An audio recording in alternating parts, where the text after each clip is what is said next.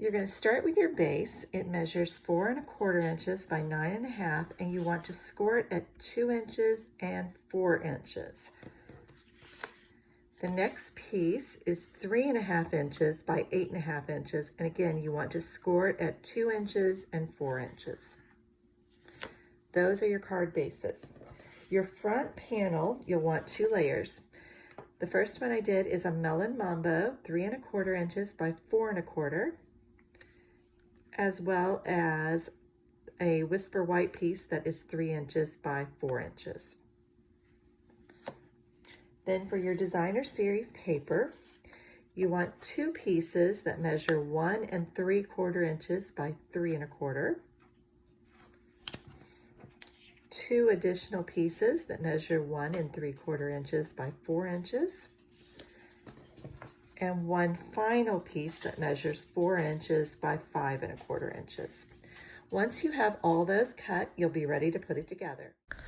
I'm going to start by stamping my front panel and some additional pieces for the front of the card. So I'm using 3 colors. I'm using Melon Mambo, Flirty Flamingo, and Garden Green. I'm starting with the lovely Lily Pad stamp set, and I'm stamping the main flower image in Melon Mambo. Now this is a reversible stamp set, and what this means is you can use both sides of the stamp. So you can see I cleaned it off, and now I'm going to ink that up, stamp it off, and then that way I've got that full image on the background of that stamp. Now I'm going to clean that again, and this time I'm going to do the second stamp on the flower in Flirty Flamingo ink. This gives me 2 different colors of flowers and just makes them look a lot differently. Next, I'm going to use the smaller flower on the front panel, and I'm going to stamp it twice without re-inking. Then we're going to clean that off, and again we're going to flip the stamp over so that we get the solid background image. And I'm going to stamp that over it without re-inking. Your next step is to start stamping the leaves.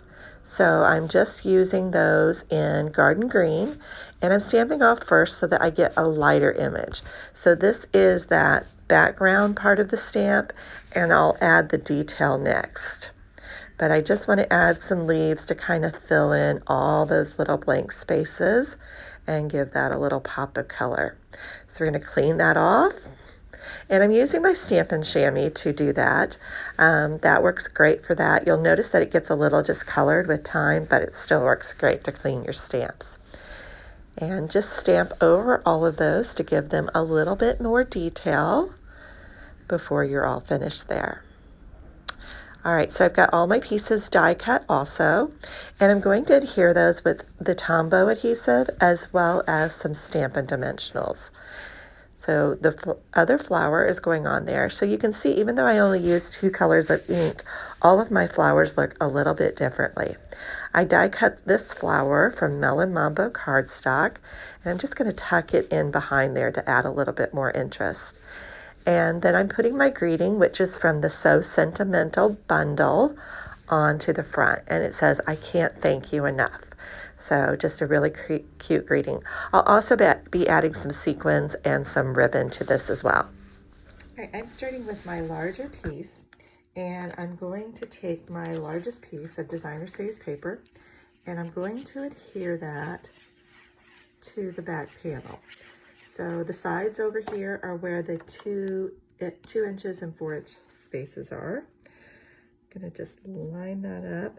I like to use this multi-adhesive glue because if I need to reposition that, I do have a little bit of time. And then I'm going to take my 2 longer pieces here, and I'm also going to adhere those onto those panels. These are measuring so that they should leave just a little bit of space around each layer. Put this one on.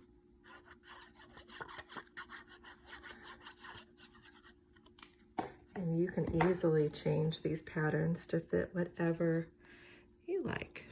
Okay, so that is our back panel. You can go ahead and fold on those score lines as well.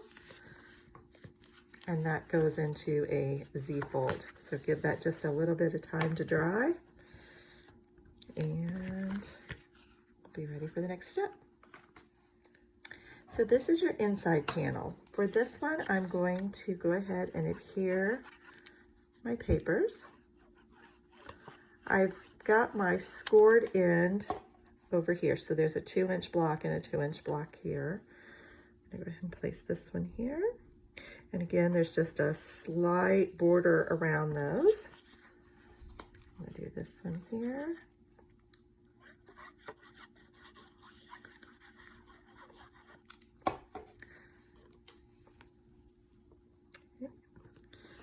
And then I have my stamped piece from earlier, and I'm going to layer that onto a piece of the Melon Mambo.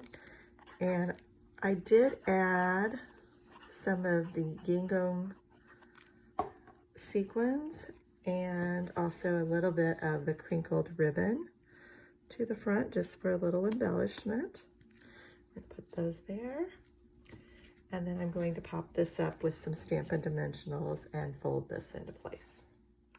We are almost finished with our card. So I've already allowed these to dry, and I have folded on those score lines. So the back piece is going to get folded into a Z like this, and the back piece is also going to get folded that way.